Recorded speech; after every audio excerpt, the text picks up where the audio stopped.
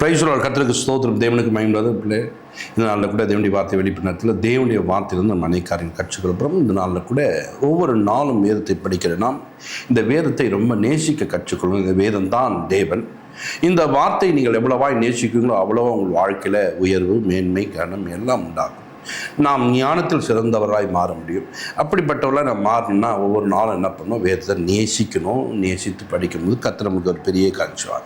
வேதத்தில் பாருங்கன்னா சங்கீத புஸ்தகத்தில் 119:72 வாசிக்கும் போது அநேக ஆயிரம் பொன் வெள்ளியை பார்க்கிடும். பார்த்தீங்களா? அப்படி போட்டு நீர் விளம்பின வேதம் எனக்கு நல்லதாக இருக்குது. பாருங்கள், இந்த பொண்ணு வெள்ளியை பார்க்கிடும் நீங்கள் எனக்கு கொடுத்தீங்க பார்த்தீங்களா, இந்த வேதம் ரொம்ப நல்லது என்று எண்ணுகிறார்கள். இன்றைக்கு நாம் பாருங்க, இந்த வேதத்தை தவிர வேற எந்த காரியம் தான் முக்கியத்துவமாய் மாறுகிறோம்.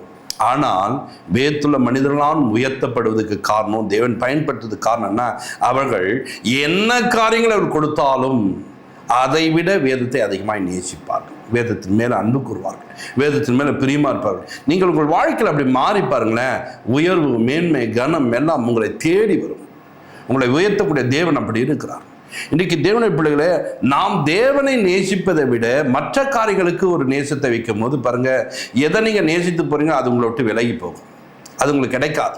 ஒரு தங்கத்தை நேசித்துக்கொண்டு ஒரு கூட்டம் இருக்கும் பாருங்க, இருக்கிற தங்கம் கூட அவங்க வீட்டில் இருக்காது, அதுக்கும் வெளியில் போயிடும். அது பாருங்க, ஒரு பிரச்சனை வரும், டக்குன்னு பார்த்தா அதை வச்சுட்டாங்க, அது இல்லாமல் போயிடுச்சுங்க. இருந்து 2 கம்பில் அது கூட நாங்கள் வச்சுட்டாங்க, ஒன்றும் இல்லைங்க அப்படின்னு. ஏன் அப்படின்னா, அவங்க வேதத்தை நேசிப்பதை விட எதை நேசிக்கிறாங்கன்னு சொன்னால் தங்கத்தையும் வெள்ளியும் நேசிக்கிறார்கள். இங்கே அநேக ஆயிரம் என்று சொல்கிறார்கள். எவ்வளோ பொண்ணு பொருள், அதை பார்க்கலாம் நீங்கள் கொடுத்த, நீங்கள் சொல்லுகிற அந்த வேதம் எனக்கு நல்லது என்று எண்ணுகிறார்கள். அதுபோல் நாம் நம்முடைய வாழ்க்கை அப்படி மாற்றிக்கொள்ளும். வேதத்தில் பாருங்கள், இப்படி வாழ்ந்த மனிதர்களை பார்க்கும்போது மோசே என்ற ஒரு மனிதன் இருக்கிறார். இந்த மோசேவை நீங்கள் பார்க்கும்போது பாருங்கள், இவர் அங்கே பார்வனிடத்தில் வளர்க்கும்போது இவருடைய காரியங்கள் எல்லாம் பாருங்கள், அவ்வளோ திரளான செல்வத்துக்கும் அவ்வளோ உயர்ந்த இடத்திலும் இவர் வாசம் பண்ணுகிறார். இவருக்கு அடுத்த ஒரு மேன்மை இவருக்கு தான் வரப்போகுது, மோசேக்கு தான்.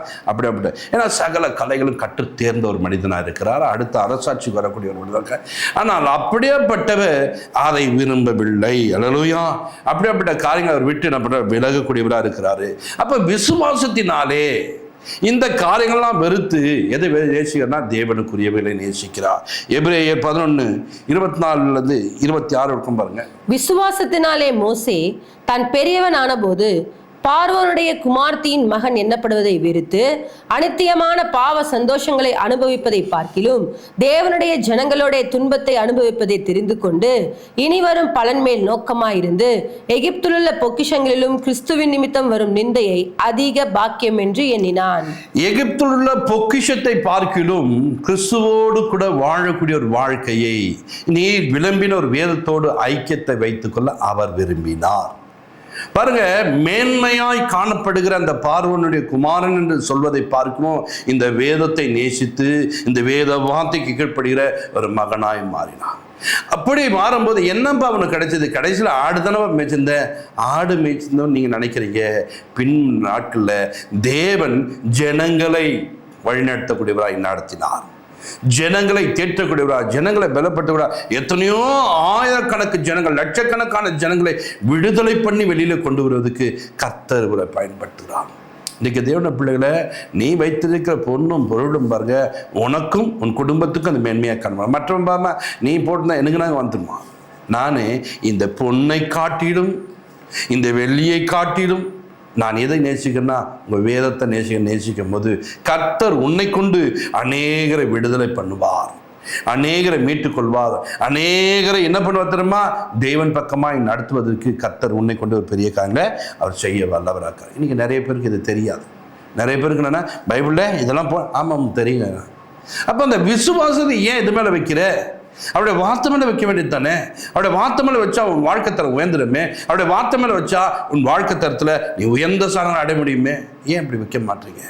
ஏன் வைப்பது இல்லை? ஏன் வைக்க தெரியல?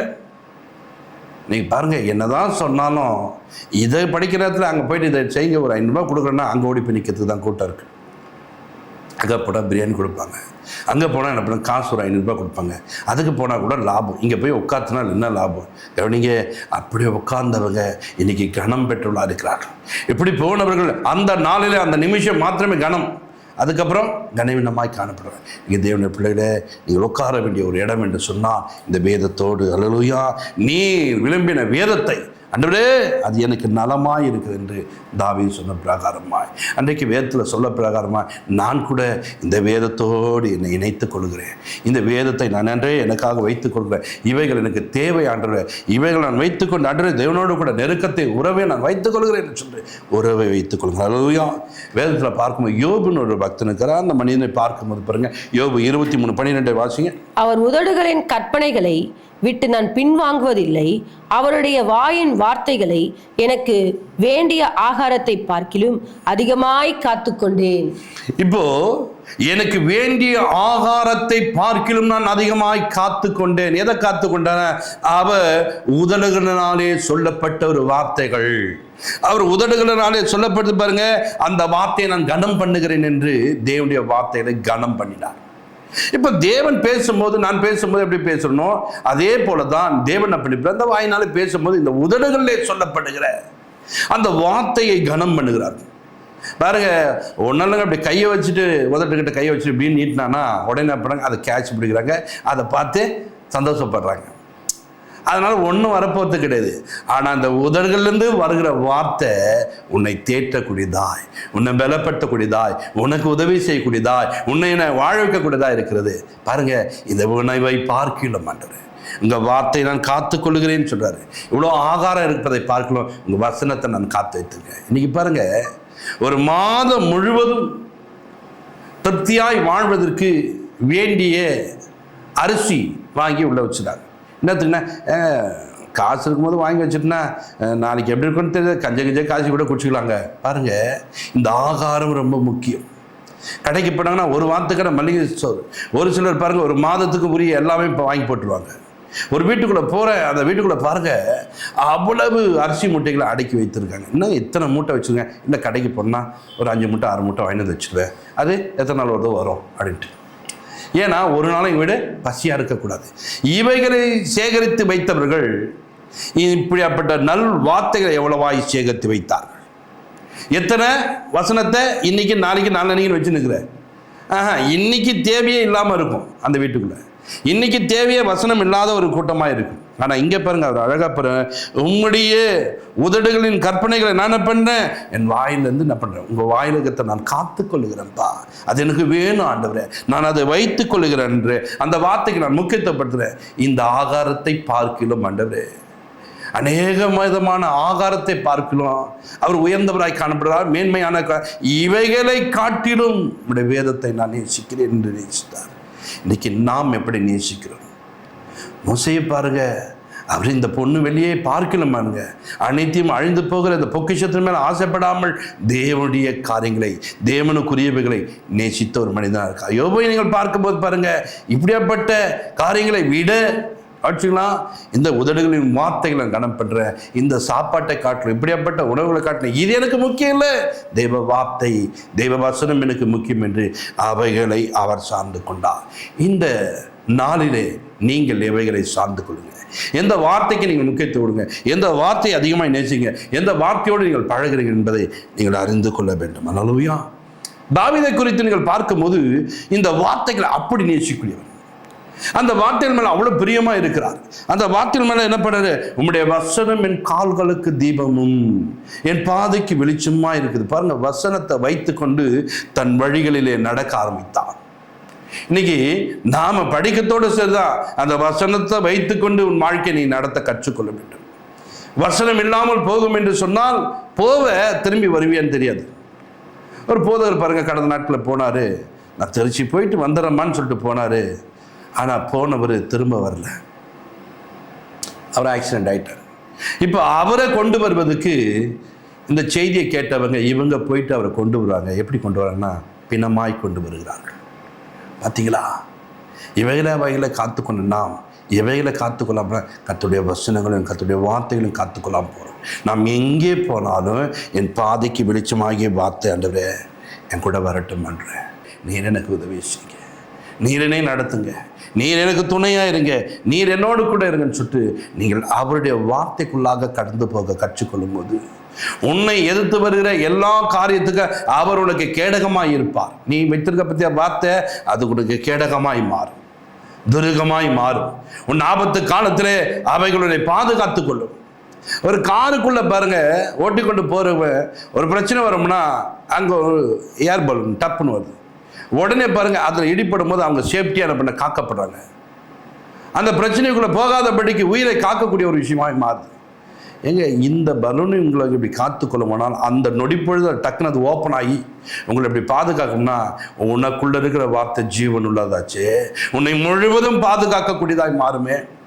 அந்த வார்த்தையை உனக்குள்ள வைத்துக்கொள், அவைகளை அதிகமாய் நேசிக்க கற்றுக்கொள், அவைகளை நீ பிடித்துக்கொண்டு உன் வாழ்க்கை தரத்தை உயர்த்திக்கொள். அப்போஸ்தலனாகிய பவுல் சொல்கிறார், அவருடைய வாழ்க்கையில் நிறைய காரியங்களில் பாருங்கள் முக்கியத்துவம் கொடுத்து தேவனுக்காக அதை செய்கிற இதை செய்யணும் ஓடினவர் பின்வரும் நாட்களே அவர் எப்படி மாறுகிறார் பாருங்க. அவர் மாறக்கூடிய காரியங்களை பாருங்க, கிறிஸ்துவை பின்பற்றுகிற காரியங்களில், கிறிஸ்துவோடு கூட வாழ்கிற காரியங்களில் எல்லாவற்றையும் குப்பையாய் எண்ணக்கூடியவராய், நஷ்டமாய் எண்ணக்கூடியவராய் தன்னை மாற்றிக்கொண்டார். இன்றைக்கு தேவனுடைய பிள்ளைகளே, எனக்கு உண்டான லாபமான காரியங்களை நஷ்டமாக எண்ணுகிறேன். எதுக்காக நஷ்டமாக மாற்றினீங்க? எதுக்காக? 1000 பொண்ணு வெள்ளியை பார்க்கலமான்ற நீர் விளம்பின வேதம் என்று சொன்னாங்களே, அப்படி இவர்கள் எப்படி வாழ்கிறான்னு சொன்னால், அன்றே உண்மை அறிந்து கொள்வதற்கு, உங்கள் மேலே நான் தாகமாக இருப்பதற்கு, உண்மை நான் சார்ந்து கொள்வதற்கு நான் பாருங்க எல்லா லாபமாய் காணப்படுற ஒவ்வொன்றையும் நஷ்டமும் குப்பையுமாய் எண்ணுகிறேன்ப்பா. எனக்கு அன்றைய வேதம் வேண்டும் அன்று, உங்கள் சத்தியத்தில் நடக்கணும்பா, உங்கள் வார்த்தையோடு நெருங்கணும் அன்று, நீர் எனக்கு உதவி செய்ய, நீர் என்னை நடத்துங்கன்னு சொல்லிட்டு அந்த வேத வார்த்தைகளோடு தன் நேரங்களை செலவிடுகிறார். வேத வார்த்தைகளோடு தன்னோடு கூட தேவனோடு கூட பழகக்கூடிய ஒரு மனிதனாய் மாறுகிறார். வேதத்தில் வாசிக்கும் போது பிலிப்பியர் 3:8 நீங்கள் வாசிக்கும் போது பாருங்க. அது மாத்திரமல்ல, என் கர்த்தராகிய கிறிஸ்து இயேசுவை அறிகிற அறிவின் மேன்மைக்காக எல்லாவற்றையும் நஷ்டம் என்று எண்ணிக்கொண்டிருக்கிறேன். கர்த்தராகிய இயேசு கிறிஸ்துவை அறிந்து கொள்வதற்கு, இந்த வேதத்தை அறிந்து கொள்வதற்கு மற்ற எல்லா காரியத்தையும் நஷ்டமும் குப்பையுமாய் எண்ணுகிறேன் என்று எண்ணுகிறார். இன்னைக்கு நீங்கள் அறிந்து கொள்வதற்கு என்ன பிரயாசப்படுறீங்க?